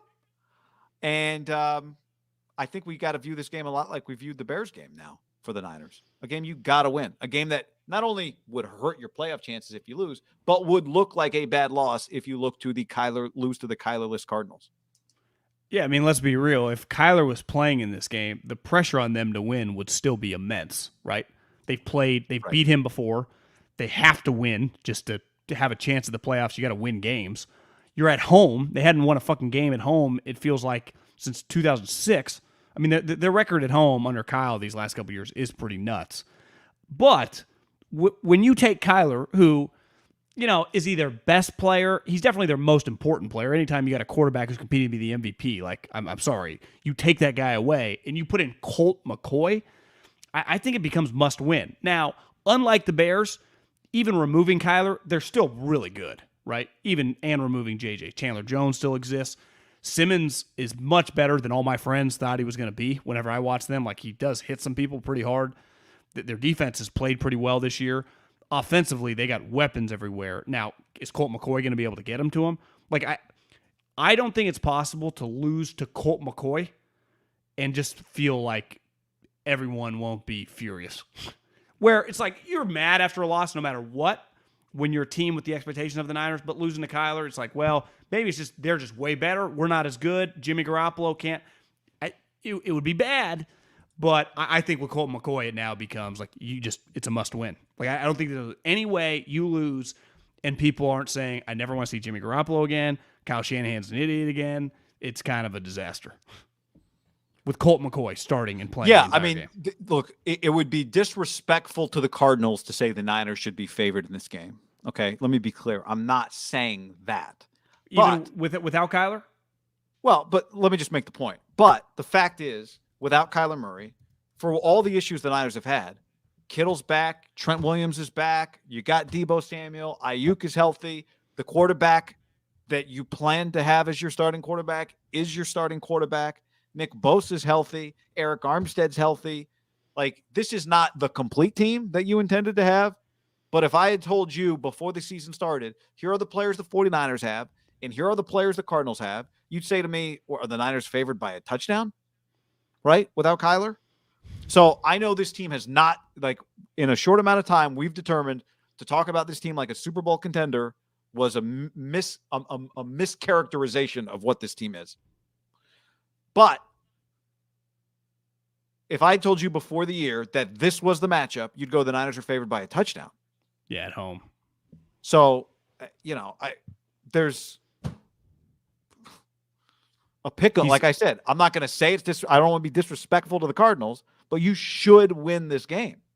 Yeah, he started 5 games since 2015. He's sneaky older than you think. Like, how old is Colt McCoy? I was going to say 31. He's 35. Now it makes sense. Like, he was kind of in college when you and I were in college. Like, he was in the mid to late 2000s. But, like, he doesn't play, right? He's one of those classic backup quarterbacks that hasn't really had to play for years. So, like, he's an athletic guy with an average arm. Now, back to what we were talking about the team independently with Kyler. Part of the reason they're so good with Kyler, he does have a lot of sweet players to throw to. Like, A.J. Green has been good this year. Rondale Moore, I can't tell you how many people, like, God, I thought he was a first-round talent. We just freaked out in our draft room about some of the injuries, the soft tissue stuff. Well, you and I have watched him enough now. He's a first-round talent for sure. Yeah, and you don't, like, Colt McCoy doesn't have to throw the ball 45 yards down the field on a dime. Couldn't you just hand it to him? Like, can't you just bring him around some of the Mahomes? Get him the ball the way most of the quarterbacks in the league can get Rondale Moore the ball the way they get him the ball. They've added Zach Ertz, who's clearly just a primetime type player. Immediate impact. Yeah, and it's not. I'm not acting like this is you're playing the Houston Texans here. Absolutely not. You're not playing the Bears. No, you're not playing the Bears. Though the Justin Fields we saw, that quarterback, like Colt McCoy, is not that talented, right? He could do things in that game that Colt is not going to be able to do. Now, the other guys around him, it's different. It probably all balances out. Because I thought just watching Justin Fields, like, he would have made those plays against the majority of teams, some of those plays, right? Physically, he's just, like, most teams don't have Nick Bosa, let alone, like, a guy that can run, like, when he would just, like, get 12 yards for a scramble. Like, who's he not scrambling for a first down in that situation? That's where I think you got to find a way to... No style points. This isn't like, you can tell the Chiefs last night were like, we won, but we're not too happy. No one will give a shit. You win this game 3-0, 31-29, however you got to win it. But a loss is devastating. They're in must-win mode when you play Colt McCoy. I can't say that the following week. You're surely going to be an underdog. Even if you play well, you could win this game by 10 points. The Niners are the underdog to the Rams, right? The following week, Monday Night Football, even though they're hosting them. 1,000%, yeah. So, and by the time this, I don't think it's inconceivable as more information comes out as practice goes along. Like if they officially call Kyler out, by the time you're listening to this, Wednesday afternoon, we'll get injury reports. But let's say on Thursday, they go, listen, Kyler's going to be out this week. Next week is a new week. He's not out. We don't know any longer in this week, but he's officially out. I could see that line going to like -2, -3 Niners. Because Kyler by himself is probably worth a touch. You could justify like 10 points. What he's done to their team. Right. Holy moly. Yeah. The Niners are catching MVP. a break here, even though, as we said, you don't apologize for breaks when you've led the league in injuries. No, but it's the Cardinals are second in the league in defensive yards per attempt. Now you can run the ball on them, and them losing JJ is a massive deal for the 49ers. We kicked McGlinchey's ass the last time they played. I said on the last pod, but part of this is like it just maybe allows Kittle to run some more routes, and you can throw him the ball instead of having to pass protect all the time. So I think you got to keep your fingers crossed. I hope he's back, but are we 100% sure? No, he's you're right. Play. For sure. And Hopkins, even if he's not 100%, is just he can just make plays, right? You see Elijah Mitchell's hurt. He might play this week, but he hurt his ribs in that game. He's getting pelted every play. He's a 49ers running back. It happens to every other one of them. But he's their best running back, clearly. Yes, he is. Right? But he's in a long line of 4 years of running backs that look good and then get hurt. Jeff Wilson Jr. is coming back from when he sat down in a chair and tore his knee. He's back this week. Okay. In theory, and again, Trey he's Sermon, practicing. Is he back from the season-long injury? Well, no, I just, they're not saying it, but it kind of feels like they don't think he's very good. Even though, in fairness, Trey Sermon, I've seen him have one carry. It looked awesome, and he got KO'd. He got awesome. Killed. Yeah. Big hole. They need him because they can run the ball. Now, yeah. You'd hate to have them find something with Elijah Mitchell and then lose it. But even if he's out, John, that's not going to change the way. It does change the way I look at them. But they should still win the football game. One question I have about the Niners, are they ever going to play into their young guys this year? Are you just living with, and listen, Josh Norman. Ambry Thomas? Yeah, I'm just saying, is Josh Norman is he on scholarship this year because he's tough? He can't run. He commits pass interferences at rapid rates. Creates turnovers. Again, I'm not against dressing him and ago. playing him sometimes, but are you just not these guys are just redshirt years? This is where they're at? Seems a little nuts to me. It's not nuts if you missed on the pick. But how do you know you miss on the pick until the guy plays? Yeah, practice does tell you something. Well, they clearly think they're not even close to ready. Because they need them. When you're not ready, you're basically saying you're not good enough right now. Right. What those guys are in their minds, they're not good enough. And when you draft guys where they drafted them, awesome. Opposite of awesome, awful. Because they have them at running back and cornerback and offensive line. These are areas they could use to help, especially corner and running back. Yeah. So if they can't get on the field in these circumstances. Now, some coaches, this is what I always say, they're not always right. I can't just assume that they have evaluated the personnel. Well, someone's wrong along the way. Either they're not good enough, so you missed on the pick, or they should be playing and you're not playing them and you're missing on the opportunity. Weird. Bad. Yeah. All right. Now, the Niners did add a player, John, before the trade deadline. It was one of the classic Bleacher Report updates where it's Niners add former Texas Longhorn. And you're like, oh, Ricky Williams? No. Roy Williams? No. The Acho brothers? And Acho? Who else we got? They actually remember Man, they went through a very dry spell. It's not like Oklahoma where you got cocky there and realized they don't have as many players as you think. You were acting like they were Georgia or Alabama, and then you're like, Dicker, Ricky. the kicker. Yeah, they do not. They have not produced NFL players on the level of a lot of their counterparts. No, but the Niners did acquire Charles Omenihu. I think it's Omenihu, and so you reached out, checked out on some people. Checked up on some people? I never heard of him. Now, I don't watch much Texas football. Beside, I've gotten a lot of joy this year watching Sark lose. But being a fifth-round pass rusher, I was like, okay, not nothing. And they need pass rushers because D Ford plays about 3 snaps a game, it feels like. And beside Bosa, they do not get much edge pressure. Whenever I see 91 out on the playing defensive end, I'm like, that's not his position. You need 91 Well, inside, he's but the inside problem too. is, Well, he does with Kinlaw out. well, Kinlaw, he's out for the year. That's not ideal. But here's what I was told: two separate scouts that have watched him. And let me just before you say, just for people who don't, 6'5", 280 pounds, 24 years old. All right, go ahead. First guy, he's got some talent, big time flash guy, but he's an underachiever. I didn't love his character coming out, typical Texas guy. So, not great ring endorsement. Next one's a little more positive. By the way, typical Texas guy, does that mean like probably highly recruited but never lived up to like a 4-star or something like that? Is that generally what that means? Well, right away, when you list he's 6'5", 280, there aren't that many humans like that coming out, right? There aren't. How many 6'5", 280 guys on defense are in that guy's conference in college? Oklahoma doesn't have many, and they'd be the only program to have him. It's odd, John. He was a 3-star recruit.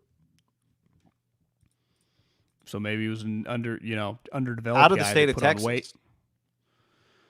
So, and sometimes this is where, I think the media pushes back in the offseason when quotes come out, because sometimes quotes get thrown around. It might, if you really dove into it, well, this guy doesn't fall. Remember Mario Edwards, who basically just got drafted because he was the number 1 overall recruit, but in college he was like a huge underachiever. Like every underachiever is not equal. Now, here's my guess, is that been in draft meetings, hearing that, when you go out to practice, by the time he's a draft eligible player, he's probably one of the better looking guys for that guy doing that region, like Texas, up through the Big 12 country. Like there just aren't that many 6'5", 280 guys who then my second buddy goes, big, strong, hard charging rusher.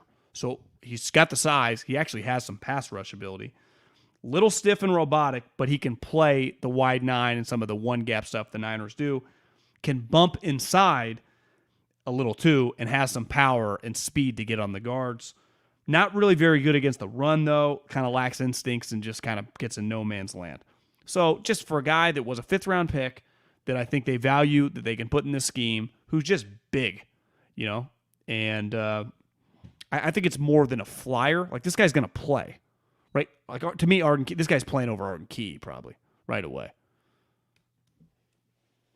Now, Lombardi had a tweet, David Lombardi, that now of the top 10 pass rushers, like this guy had a better pressure percentage than Nick Bosa. Now, the rep 13.8% to 13.5%. Yeah. Bosa's not really, playing way more. This guy had 200 total snaps. But that's what the Niners just, to me, the Niners just want a guy to give them 10 to 15 solid, designated pass rushes a game. The D Ford. Really, in a weird way, kind of what on a much higher level the Rams, like Von Miller, they're not looking for 50 snaps out of Von Miller, right? If he could give them 2 or 3 pressures a game, 15, 20 snaps, that'd be good. And just impact the quarterback.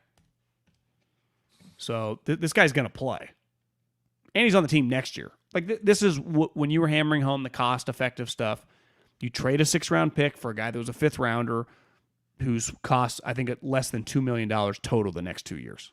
So he's a cheap player who can play, which, as I said, their cap number's relatively high, and it's going to be high next year. Right. You need some, guys between $700 and $1.2 million on your roster that are playing, and that's what this guy is. So this to me is value, more than probably like true impact. Like I think the Chiefs are hoping like Melvin Ingram can give them something as a pass rusher. I'm not saying they're not hoping he can play, but like, what can you really expect? If they got 3 sacks over the next 10 games, would that be a win out of this guy? Yeah. Yes, I think that would be a win. Last year he had 4. He's not on a great team right now. Lost J.J. Watt, right? Probably benefited from playing with J.J. Watt last year. Anybody would. So maybe he benefits from playing with Eric Armstead and Nick Bosa, right? And I think to your point on Von Miller, not to compare the two, but like the Rams paid a high price, but what they're looking for is not Von Miller 8 years in a row, all pro, whatever he was, right? That's not what they're looking for. It's not what the Niners are looking for. The Niners have Nick Bosa, and the Niners have Eric Armstead, and they need a little more. When you have a superstar player, to me, at defensive line, Aaron Donald, when the Raiders had Khalil Mack, now the Niners have Nick Bosa, you need to get the guy help. I think you need to treat him a little bit like a quarterback, right? You can't go all in and get this blue chip guy and not put any help around him. And the Niners tried with Kinlaw. It's just his knee. Who knows? Like I don't think you could ever say who knows if Kinlaw is ever a functional player moving forward. I don't. If you say, I don't think you can say he will be. I'll put it this way: if the Niners, their next time they're drafting, which is like the 5th round of 2022, they got a 2nd round pick next year. If when they're drafted in the 2nd round, the best player on their board is an interior defensive lineman, they should draft that person. Yeah, I agree. Like that's how I look at Kinlaw. Like if he comes back, if he contributes, great. But they're drafting or signing a D tackle next year for sure, right? In free agency or the draft. Yes, you have to operate like he's not going to be the guy you wanted. And if he is, guess what? Fantastic. He's on a rookie contract. You can have multiple interior linemen. Like it's awesome. He doesn't like doesn't he have on pup starting the season next year written all over him? I have to operate like he's not going to be back. And if he is, you can use him. That's the beauty. It's not quarterback. It's if you draft somebody who plays inside and he comes back and he's healthy, you can use him. But, in fact, I would go so far as to say now that I think about it, if the 3rd best player on your board is an interior lineman, but the best player is something at a position you already have, then you'd probably still draft him in the next draft. You're gonna have to go back. You're gonna have. I saw this on the chat, and maybe this is like you can put this guy out, and rotate him more outside. You can bump 91 back inside because 91 has to play inside. Yeah. Whenever I see Eric Armstead playing defensive end, it's just that's not his position. He can't he doesn't have the explosive speed. He can't get a pass rush out there. Right? You have to be explosive. Like part of why Bosa gets to the quarterback, he's shot out of a cannon. Khalil Mack, Von Miller, right? All these guys like. You watch Buckner against the Titans, like he's coming up the middle. Like 91 and 99 played in the middle when they were really good defensive line. Like 91 is interior player. And it's not his fault. Like they just losing bodies and D Ford, who knows? Sometimes you can only give him a couple plays a game. Like needs to miss a game. Yeah, it's like you can function with Armstead inside. Like that it is still. He's still every team would take him as an interior pass rush, right? Armstead. No one wants him as a defensive end. So you gotta bump him back inside. That's crucial. There's only so many guys who truly like Armstead's paid a lot of money. Like you pay a lot of money that you feel like that's what made J.J. Watt pretty special. It's like what position did he play? Well, kind of can do it all. Wherever you want to put him. The guard, put him over the center. He can go like wide 9 as an end when he was younger. Kind of do it. He can do it all. Buckner and Armstead. Buckner's different than Armstead because Armstead can in a pinch play a little end, but to me he is a true over the guard player. And I've seen him a lot outside when just looking up on the couch like, God, is he out defensive end again? And all right, you want to talk some? Then runs around. He got around Bosa too a couple of times. He was fast. I'm not sure. Not a great week on the PFF grade for the game camera operator on the Bears-Niner game. Got bit on the fake a couple of times. I don't know what his camera football focus grade was, but I was in the car yesterday and I flip on our guy Greg Papa. Yeah, and Greg drops one of his classics like, John, I gotta tell you, I don't throw this word around a lot. Often, John. But the warm-up, Justin Fields, first he goes, Justin Fields is way better than I thought watching him live. Like, you watch the season, and then we played him, his game, and he was just, like, blown away. Well, he played the best game he's played. Yeah, and then he said watching his warm-up, Greg's been, liable to throw this out every once in a while. He didn't say it was the best warm-up he'd ever seen, but he said it was as good of a warm-up as he's ever seen and awesome to watch live. Because, the rollout in a warm-up when he's just there with, like, DiFilippo, who he's like, I went up and I gave Flip a big hug. I hadn't seen him in years. And then I watched him work out Fields, like, pregame before the players, like, the team unit comes out. You're just there by your side. He does a warm-up where he scrambles right, scrambles left. And it was just like, holy shit. So my point is that when the great scramblers of 4.4 and under speed, Lamar, Kyler, and Fields, if they're going to scramble, the end is going to be at a disadvantage. Because there hasn't been yet, Myles Garrett run a 4.4. When that happens, like if what's our guy's name, Kayvon, like is healthy at the combine and runs a 4.48, you just be like, put it in the bank. He's going 1, right? But if he runs a 4.6 flat, people be like, holy shit, this guy's incredible. 4.6 flat. But if he goes 4.45, and even then, he would be a step slower than those guys, right? Yeah, and you're still at a disadvantage when the quarterback knows how to run and play the angles and everything. And you have to pivot. RPO, and you're running, RPOs. So there's a trick out there. There was a deceptive element of the play as well. It's not just drop back and then take off, right? Like if that was a running back, they handed the ball to him, he ran to the edge. Bosa, even if it was Fields, it's just. But you crash down. He knows you're crashing. He pulls the ball out and he runs. You know what play we didn't mention as just a Justin Fields stand, I think as the kids say, is the touchdown he threw rolling to his left across his body to the Notre Dame tight end. I mean, he hit him in stride, perfectly placed, lower. And the window was like a half an inch wide. That's got to be his best throw of his in his NFL career, right? That was awesome. Yeah, it was like the margin. Trey Lance gonna be able to do that? The margin was impossible. Like there was one place to put that football, and he did it. I would have taken Fields just because, and I said I was a huge fan just because of the talent. I didn't know that much about the off-the-field stuff. Again, from what I heard, it wasn't even close to as bad as everyone was saying, but there were just concerns relative because Mac and Trey's character were like pristine. Just some cocky's the wrong word, but whatever. It was stupid. You watch that game, like his talent, like I don't see how he wouldn't have been success. Would he have been the perfect overall player the next 8 years, reading defense and all this shit? Time will tell. And who knows? He's probably going to have a coaching change.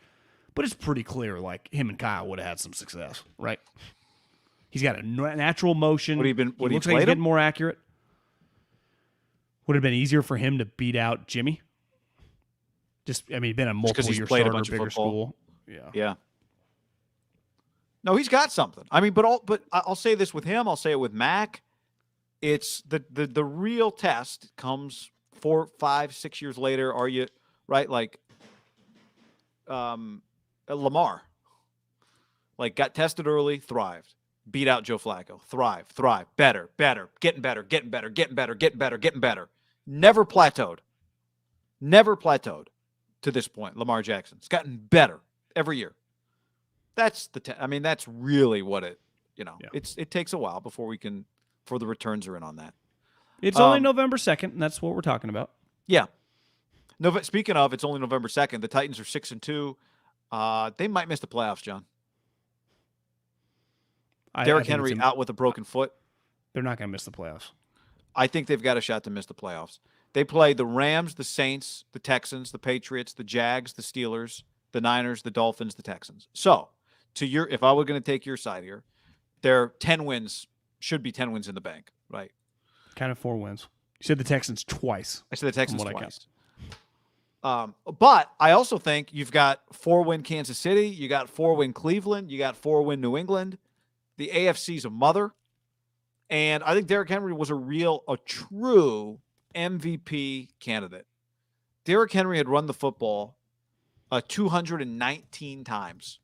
He was on pace to run the ball 465 times. Say he didn't play week 17. He was going to run the ball 438 times. He was going to obliterate Larry Johnson's rushing record of 416 attempts in 2006. Not only that, he was going to, you'll love this. He was on pace to break his own personal record of 462 rushing attempts for Yulee High School back in 2012 when he ran it 462 times in 13 games for, you ready for this? 4,261 yards at a clip of 9 yards per carry and 55 rushing touchdowns. You think they dialed up his number a lot? I think he's been a high volume guy for a while now, John. Well, you're right. I actually hadn't been counting on him as the MVP. We just talk quarterback so much. If they were a top, let's just say 3 seed, they ended up winning 12-5, and they were the 3 seed. He's coming off a season where he ran for $2,000. So if he ran for another 2,000 yards, he was on pace for probably 20 touchdowns. Had 20 touchdowns. I think he would have been a pretty easy MVP vote because it's so different, but he's also deserving. I feel like he would have got a lot of momentum, right, to get the MVP. Yeah. People would have actually enjoyed not voting for a quarterback, I think. I would have, if I had a vote and he did the numbers that just last year, 17 touchdowns, 2,000 yards, but their team beat out multiple other division winners. If they were the 2 seed, I think he would have been a lock. If they were the 1 seed, it'd be a no-brainer. I think you could probably make the argument if he just maintained it. Yeah, I mean, shit, it's a devastating. That sucks. I mean, they got Adrian Peterson, who, Adrian Peterson's not a good zone runner. That was always the knock. Remember, him and Jake Gruden were like butting heads. He's like a power runner. He doesn't like the zone because the zone, there's not a determined hole with the zone. Part of what makes Derrick is you just, the stretch zone, you just run, you meet him out at the point, and then there's not like, you got to hit the A gap, you got to hit the B gap, you got to hit the C gap, you got to go, you can kind of do whatever you want. And his instincts, he was becoming one of the great zone runners of all time. Like, that's Terrell Davis. Like, you're kind of the artist. Like, do you know where I don't think he got enough credit is because he's so humongous, we just go, this guy is the Earl Campbell. Well, you watch him, he's not really running over guys time and time again. He's more of an artist in the open field, making guys miss, speed, stiff arms. He's one of the most remarkable players in NFL history. Like, I'm just saying, pound for pound, his now 18, 19, 20, and then this year, the stretch of 4.5 years or 3.5 years he was on. And then he'd also, I'm glad, even if it kind of ends now, he had some playoff moments of running for a $180. Like, he's a historic player, that little stretch. He's awesome. Yeah. And I didn't think he was going to be a bust, but I never thought he was going to be this good. No one did. He was a second-round pick. So you think they're safe, though? Titans? Yeah. They're the number 1 seed right now. They're 6-2. Because their quarterback, if their quarterback was a 20-32 guy, I'd be like, well, they still have A.J. Brown who's dominant. Julio will come back. To me, you'd have to, if they implode and you go 9-8, you'd still have a pretty good chance of winning it. And plus, to win the division, the Colts play Mike White Thursday night. So let's assume they win that. But what's the Colts record right now? 3-5? 3-5, yeah. So at 3-5, you get 9 games left. To get to 9, you have to go 6-3. Their margin for error just to match them, and the Titans beat them twice. So even if they go 9-8, and that would mean one of those 2 shitty teams beating them, right? I mean, a Texans upset, maybe. You say the Jets? The Jets. Like, are they going to lose to these teams? I did not say the Jets. I said the Dolphins, though. Dolphins have lost 7 straight games. Yeah, I said the Jags. Twice. They've already beaten the Jags once, but yeah. They lost to the Jets, remember? Oh, excuse me. Yeah. You said the Texans twice, and you get Texans the Jags twice, again. plus Jags, plus Dolphins. Right. And, they play the Saints. Like, I don't know. Saints quarterback situation. Right, they could be the Saints. Yeah, you're right. Yeah. It might be that they finish with they got a good lead than a couple of wild card teams, potentially, but maybe not.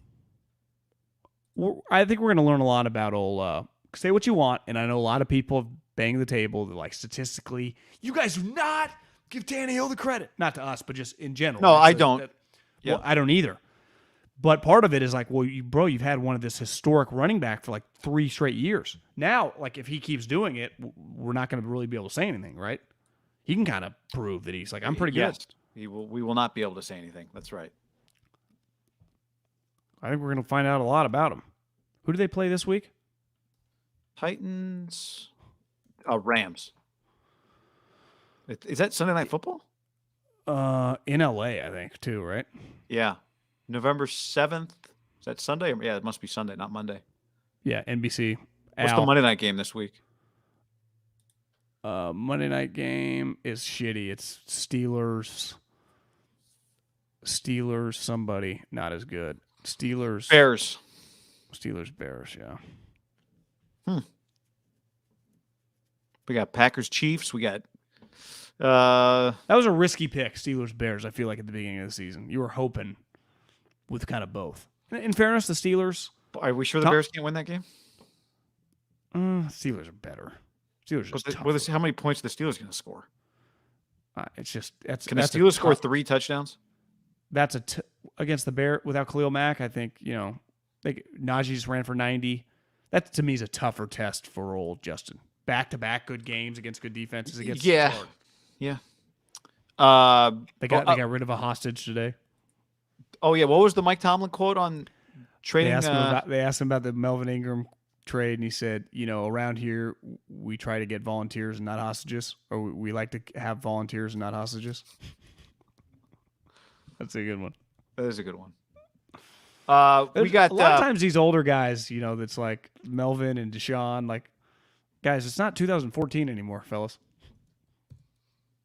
How about Pole Assassin, John? Pole Assassin. Texas Longhorns special teams coach Jeff Banks, highly paid, Alabama's special teams coach. Girlfriend used to be on what show? Springer? I don't think she was on the show. I think he did an episode, showing her. That's what I thought, but I could be wrong. Gotcha. Her name is Pole Assassin. Yeah, that's her stripper name. Which, if there's not a quarterback audible this week, it's Pole Assassin. Pole Assassin.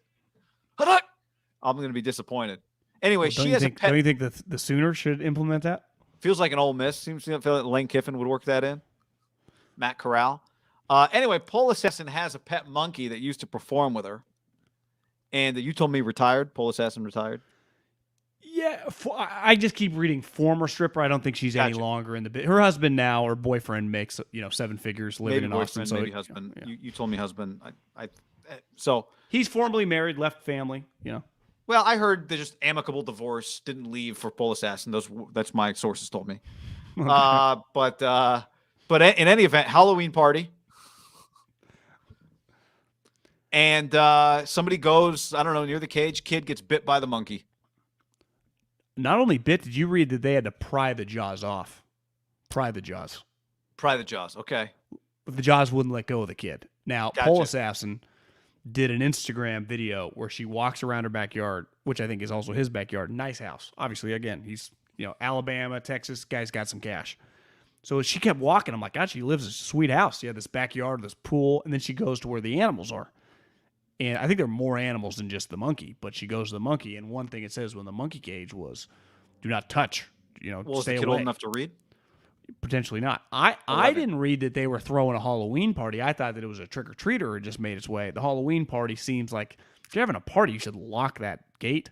Yeah. So Pole Assassin is adamant that it was on the kid. I don't know really what to say beside it. Really, the whole point of the story, I think, is like everyone's kind of making fun of Texas, and it goes back to just like this feels very Texas-y. Like, and the crazy thing is, I wanted to be like, who is Sark hiring? And then you realize he stole him from Saban. Like, it was a big deal. They had to make him the highest-paid special team. He's the highest-paid special teams coach in the country. $1 million. That's like NFL money. That's like what Bones Fossil makes for the Cowboys. I mean, $1 million to go fucking kickers and punters and punt protection. Like, that's to me a little crazy. But this Pole Assassin, John, it's the third phase of the game, and it's a big phase. Okay, Pole Assassin. 3 phases. Pole Assassin. How do you walk into the work, like especially as the story really breaks the next couple days? Now, wives on the staff, just naturally it becomes cliquey because your husband's work nonstop. You don't really, you move towns all the time, so you just can go to a random town. You don't know anyone. You're naturally going to go. I'd wonder what her role is with the coaching staff wife clique. Mm-hmm. Pole Assassin. I would also wonder that. It's definitely one that well before the monkey ever bit the child, and let's hope the child's okay. Hopefully it was just on the arm or something, didn't bite like off a finger, that they have to pass around some videos that go back and forth between each other, making fun that this guy does that. And again, like women, if some of these people are married, like the judgment on this guy could just be. This is one for Sark, even though I wanted to blame him more. The more I found out, like I would imagine most programs in the country would have gladly hired this guy if they needed to. Right? This guy was highly thought of, but. Probably be a candidate for the Washington State head coaching job if it wasn't for some of this stuff. I don't know if he'd get it. I don't know enough about him, but you agree that this is John. If it was family monkey of Jeff Banks and 20-year wife bite somebody, it would not be a story on TMZ or the New York Daily or the Post.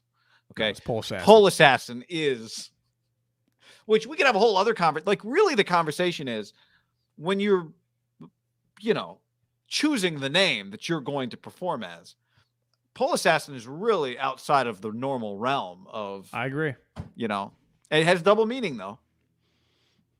Definitely has a double meaning. I wonder if the monkey was the assassin. She was Pole. The whole time, the monkey is the assassin? One clip I saw from when the Jerry Springer did the show on her is the monkey used to hang on the pole and she'd high five the monkey. I think the monkey and her were really tight. They had a great rapport. But are people like, does she get the primo slot? Like, oh, the monkey, you guys, people show up for this thing. I think she was like a headliner. She was like. And what time do you think the headliner comes on stage? 11 p.m. I've been to a couple. Yeah, it's a little later. It can be. I'd say 10:30 to 12:30 window. Does the monkey need some caffeine for that, or 2 shows night for the monkey? Maybe do monkeys sleep during the day and like cats up during the night? Does the monkey get any cut of the tips, or at some point? That's a good question. Now, do you? If in you a want partnership, is it 50-50? If you want to dance with Pole Assassin, does the monkey have to come, or can we just leave the monkey in the cage? That'd be fascinating. EKBZ says emotional support monkey. Of course, they're tight. John, also Deshaun Watson did not get traded. A couple other NFL stories here. Did not get traded, Deshaun Watson. So makes sense. Did the Dolphins really intend to trade for him, or was it let's float it out there, see what happens for a week? The Dolphins got killed for a week, and they're like, yeah, we're not doing this right now. I think they were hoping to just get a deal. Like they were hoping to get like a home in foreclosure that should have been $5 million, and they'd still be willing to pay $3 million, but they think like big picture, could that home be worth like $9 million? And they were cool with like giving a couple first round picks, but they had to have the contingencies just in case the thing went under. And clearly from what I read that they just would not give the contingencies. Like, no, if like he gets in trouble, we're not giving your picks back. Because to me, that would have been the whole time. Like, listen, we'll give you 2 1s and 2 2s. No one is offering you anything.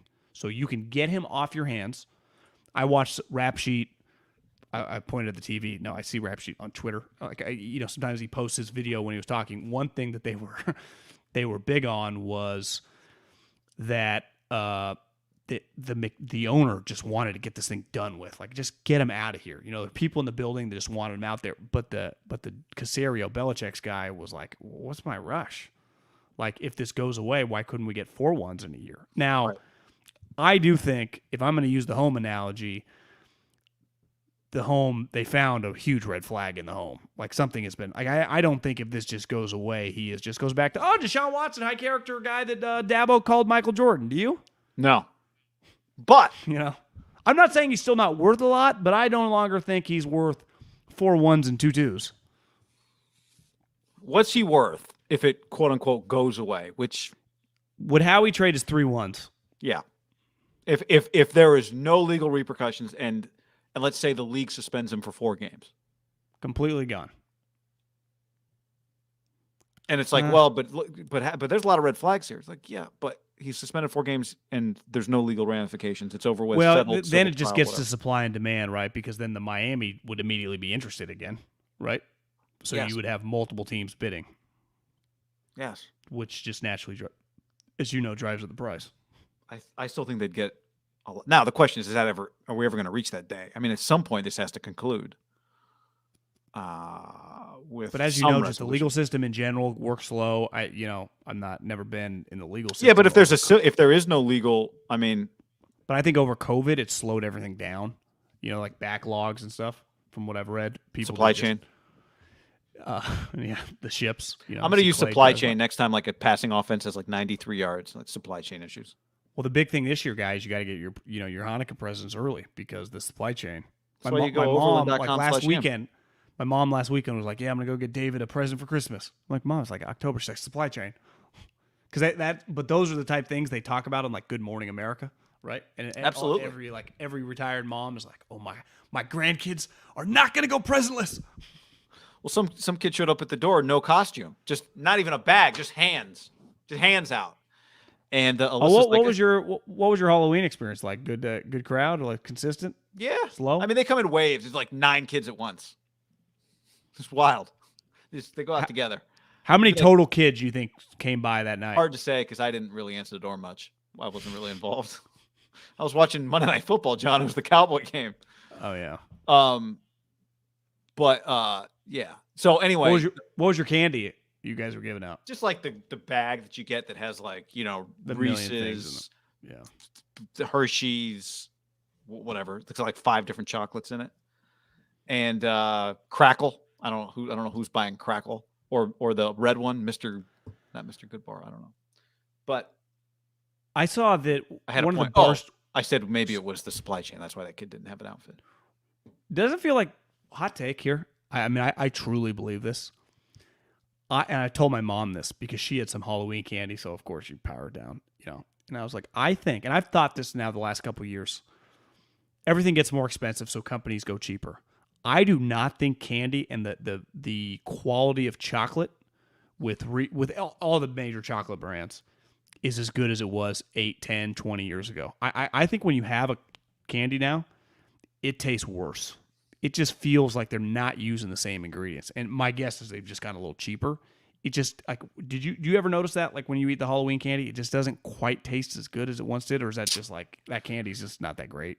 I just feel like the chocolate is not as good. It could be. I mean, it wouldn't shock me. That makes total sense. I have not thought that. I do think I love Reese's. For me, it's the number one. It's the number one candy. Reese's peanut butter cup. The mini cups never are enough. It's just never enough bang for my bite when it's the mini cup. I'm never satisfied with the mini cup. I do think enough. I would imagine if you found someone and said, "What was your favorite candy that you haven't had in 10 years?" and you gave it to them, it's just hard for candy to be as good to you now as it was when you were a kid. Because now you can eat 9 peanut butter cups without anybody saying a word to you, which is what I did. I don't know. It's an interesting take. I do feel like I used to love Twix. Didn't have it for years. Had some Twix, recently. And it's just, I'm like, God, I thought Twix was more satisfying than. I saw this dude, I think he's a Barstool guy, did this thread on candy. And he had a lot of great points that I agreed with. He said he thought Baby Ruth was an extremely underrated candy. But see, that's a perfect example. A Baby Ruth is a candy you would appreciate more when you're 30 than when you're 9. 100%. So I agree. And he thought a thing with Twix is, while in theory it should be good, you almost have to put a Rolo in your mouth that has the caramel and then bite the Twix, so you get more of the caramel and Twix just a little bit of the cookie. Of the cookie. I know. And I also believe this. I think Milky Way is better than Snickers. And his point was this: the best Snickers item is actually the ice cream bar. And as someone who's bought, in the last 10 years, 500 Snicker ice cream bars from 7-Elevens or Little Things, they're elite. The Snickers ice cream bar is better than Snickers. And I do think the Milky Way, now I'm a caramel guy. I love caramel. I think anything with carrot, my favorite See's candy is just the circle just with, that in there. Mm-hmm, mm-hmm. So I think Milky Way is just elite. I do, because I just like caramel and chocolate. I think Snickers is better. I like that the heft that you get in every bite of a Snickers. Yeah, and that's what his point is. The heftiness in the ice cream bar is ice cream, and that's what their ice cream bar. You agree their ice cream bar is pretty good? I do, but when I bite, I'm not a big ice cream cake guy. It's just I like to bite. I want to I eat my candy the way Peyton Manning eats his chicken sandwiches or his chicken, whatever that was. And ice cream kind of cold, I love it, cold, it's good. I struggle with that. Yeah, I feel you. But I understand. But I think a lot of people, the ice cream, the thing about the Snickers ice cream bar is it's fucking huge. Yeah, it's big. It's big. And the other thing, you look back, you're like, only 250 calories? I love the Snickers ice cream per bar. serving or per bar? Per bar. Oh. I think it's the best of any, 7-Eleven, AM, PM, whatever, that little thing they have where you pull open that, I think it's the best item in there. And I really don't think there's that much competition. The only competition is the Haagen-Dazs bar, but it's really not the same item, right? No. Haagen-Dazs is just it's basically like an ice cream, it's a different category. Snickers bar is basically a candy bar that they've converted into ice. It's genius. It's the number one item in that thing. It is. Way better than the fruit pop they got in there or whatever the hell. Well, the thing you drive by it when you go to the airport, the It's It factory. Yeah. Listen, to me, the It's It is not that great. I think they've got. It is tasty, but the coffee It's It. but it like you bite down like a burger and the ice cream jumps out the back, you know? Yeah, well, you keep it in the back. I actually, that thing to me is better. I enjoy it. Maybe the better way to put it, I enjoy the It's It more than I think that I would. It's covered in chocolate. I'm not down on the It's It. I just think the hype, like the It's It forever. If you grew up in like Northern California, it's a big deal. I'd never even heard of it until. I wouldn't turn down an It's It if someone hands me the coffee It's It, but yeah, the bar is very low on candy you turn down. Anything else you want to? I mean, we've probably said OBJ. Do you think Pole Assassins? My guess is she loses the monkey, and then this could potentially end the relationship because that monkey clearly is like her road dog. You know, I mean that's not just it's not just a pet monkey. It was a business partner guy. A monkey, yeah. You saying the monkey gets put down, something like that? I could just see there be some pressure, like make this go away. Right? Texas boosters get involved. Yeah, but it's one of those that Does it hurt recruiting?